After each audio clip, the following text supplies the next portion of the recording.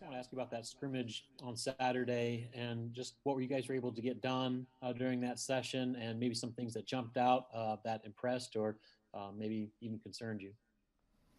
We're trying to get a lot of live hitting in, but in a manageable way where we can try to keep the guys as healthy as we can. There's no substitute for that. Guys need to be hit and hold on to the ball. Guys need to tackle in the open field. Guys need to be able to do those things. We got to get our guys ready for first game. Having to fast track that a little bit because of how this schedule is played out. Was fairly impressed with the running and hitting.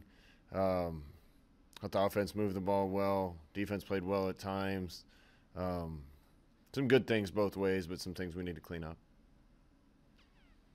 Lincoln Journal-Star, Parker Gabriel. Hey, Scott. Hope you're doing well. I think Matt a little bit earlier in camp said that Adrian was a starter as of then, but the competition was ongoing. Do you have a clear pecking order at quarterback at this point in camp? I wouldn't say it's clear yet. Adrian's certainly playing well. Luke's certainly playing well. We feel like we got two guys at the top of that heap that are playing well enough to help us win games. Every position is a competition. We're going to have to make those decisions pretty quickly, but been really impressed with both guys. You said in the past that you prefer to pick a guy and go with them. Could that be different this year, or do you plan to play one guy as your starter and it's his job? That's still my preference, but we'll do whatever is best to help the team win. Thanks. 24/7 Sports, Brian Christopherson. Hey, Scott, I wondered if you had an update on Omar Manning, but also just your wide receivers, who's kind of impressing you and how that rotation is shaping up right now. Yeah, I think that's still a work in progress right now. When Omar's been out there, he's looked really good. He's been dealing with some health things that kind of kept him in and out. We need him out there more consistently if he's going to help us the way that we expect him to and hope that he will. Kind of the same. Wandale's been there for the most part, been nicked up a little bit. Alante Brown's been out there, nicked up a little bit. Cade Warner's been pretty consistent. It's been good to see. I've had some other guys that look like they're stepping up. So I think I'm pleased overall with the depth and the play at that position, but that needs to work itself out pretty quickly, who's healthy and who's available, and we need to get dialed in for the first game. Do you expect Omar to be available right off the bat for you? I hope so. Thanks, Coach. Omaha World Herald, Evan Bland. Hey, Scott. Obviously, you guys getting close to actual football here. I was wondering if you could put in perspective just how much, red tape or new challenges this program's had to go through in the last few months just to get to this point, and maybe what the attitude of the team and the support staff has been as you've kind of worked through these different tasks. I think the attitude's good. The guys are handling the added responsibilities to be compliant with our COVID regulations. They're handling that really well. I think the guys are excited to play. The last couple months have been challenged, mostly because we were one of the ones really fighting to make sure that we could play. I think it's the right thing to do. I think what we're doing is the right thing. It's what our kids wanted to do. I think they're safe. We're going to try to continue to work to make sure that they stay safe. But playing football this year was the right thing to do, and I'm glad we're there. And I hope our kids take advantage of this opportunity. Derek Peterson, Hale Varsity. Hey, Scott. Unique situation in that you changed offensive coordinator, but the new guy isn't actually new to your offense. Still, you guys have talked this offseason about sort of a more extensive than normal self-scout. I'm just curious, with changes on the offensive line, a remade wide receiver room, and in what ways will your offense in 2020 look different from what it was in 2019? Well, there'll be some new guys, a few new plays. I don't know how much anybody else will notice. Follow up to that, if I can. Defenses across college football so far have had a weird start to the season. Like, Alabama gave up 48 or so points. From your vantage point so far as an observer, what do you think is contributing to some of these upsets and some of these shootouts? Does it have anything to do with this weird off season, or what are you seeing?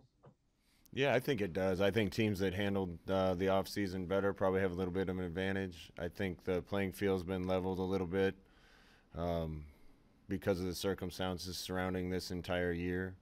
I think if you have a team prepared, they can go out and compete. And I think you're seeing that a lot of close games and teams winning. It probably in the NFL and college, it seemed like it's favored offense a little bit. There seems like there's a few more points, but I don't know if that'll happen in our league. There's a lot of really good defenses in our league, so we'll find out in a couple weeks. Kevin Suits, 10-11. Hi, Coach. Nice to talk to you again today. It seems every time we talk to your team, Cade Warner's name seems to come up. It sounds like he's having a great camp, and Austin Allen seemed to indicate that he's maybe on scholarship. Could you confirm that, and then also just share your thoughts on what kind of camp Cade Warner's having for you? Cade's been a leader for us. The best thing he's done is he's been out there the entire time. I don't think he's missed any time. If you're going to play, you got to be on the field, and he's been out there the entire time, done a good job leading at that position. There's been some other guys that have done a good job being consistent too. Wyatt Lever is somebody that's really taken a step forward from O'Neal, doing a really good job. And there's too many for me to mention, but Cade's done a wonderful job for us. Probably next week I'll announce the walk-ons that have earned scholarships. I know there's been rumblings of a few, and we've probably reported one or two, but want to finalize all that before I announce it. Time for a few more here for Coach. Sam McEwen, Omaha World Herald. Hey, Scott. Thanks for doing this today. I have two questions. One, they're not necessarily related. The first one is, do you guys have any clarity on whether family and friends will be able to attend the games yet? Like whether it's at Ohio State or at Nebraska, has the Big Ten kind of firmed that up? Do you have an understanding on that? Sam, I'm going to be honest with you. I was on so many Zoom calls with the Big Ten all summer and early fall. Most of those calls take place in the morning, and we practice in the morning. So I haven't been on one for a while, and unless something really serious comes up, I don't intend on being on one for a while. I've got a team to coach, so sometimes I'm hearing about those things after a lot of other people. My understanding, and last I heard, is friends and family are going to be able to attend. They're going to be awfully lonely in our giant stadium if they're the only ones in there. And my other question is about McCaffrey. He's a dynamic player. I mean, he's got a lot of dynamic athletes in his family. Are you guys going to consider playing him at positions other than quarterback? He's a quarterback. I want to make that clear. Right now, our offense moves exceptionally well when he's playing quarterback. He finds a way to make a lot of plays work. He's throwing the ball really well, and I don't think anybody has any questions about his athletic ability or speed. If he's one of the best players to have on the field and he's not playing quarterback, then we'll certainly look for opportunities to make sure that our best players are out there. The Athletic, Mitch Sherman. Scott, how are things developing at outside linebacker? I know you mentioned that during camp here as a spot where you feel like you need to see improvement. Have had a few position changes, guys in and out of that spot. What are you seeing from the top players and some of the top backups there? I see improvement.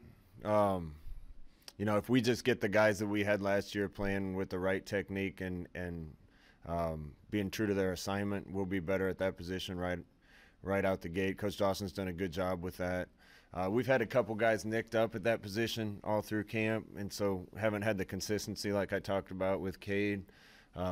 Nothing serious, but just guys missing a little bit of time here and there.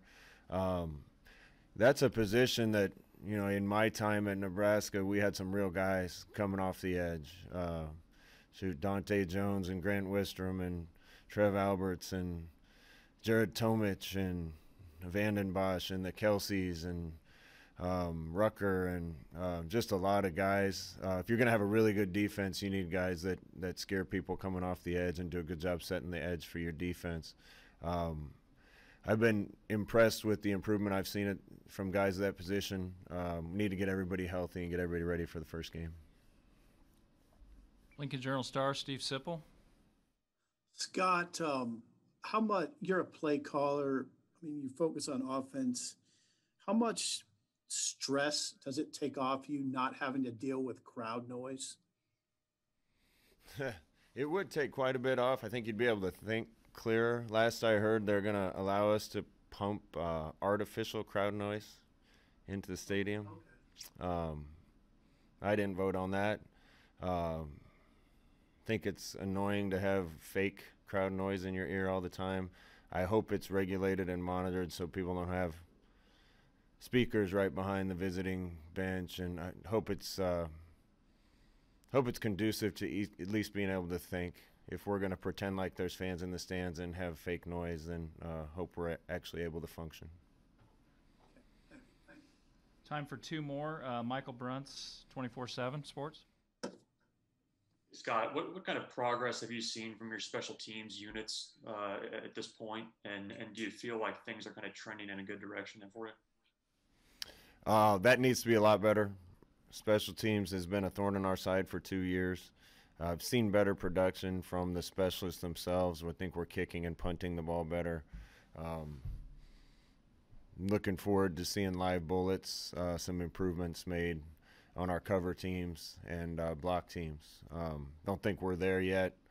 We do have more athletes out on the field, so I expect it to be better. All right, and the last one, Parker Gabriel, Lincoln Journal-Star.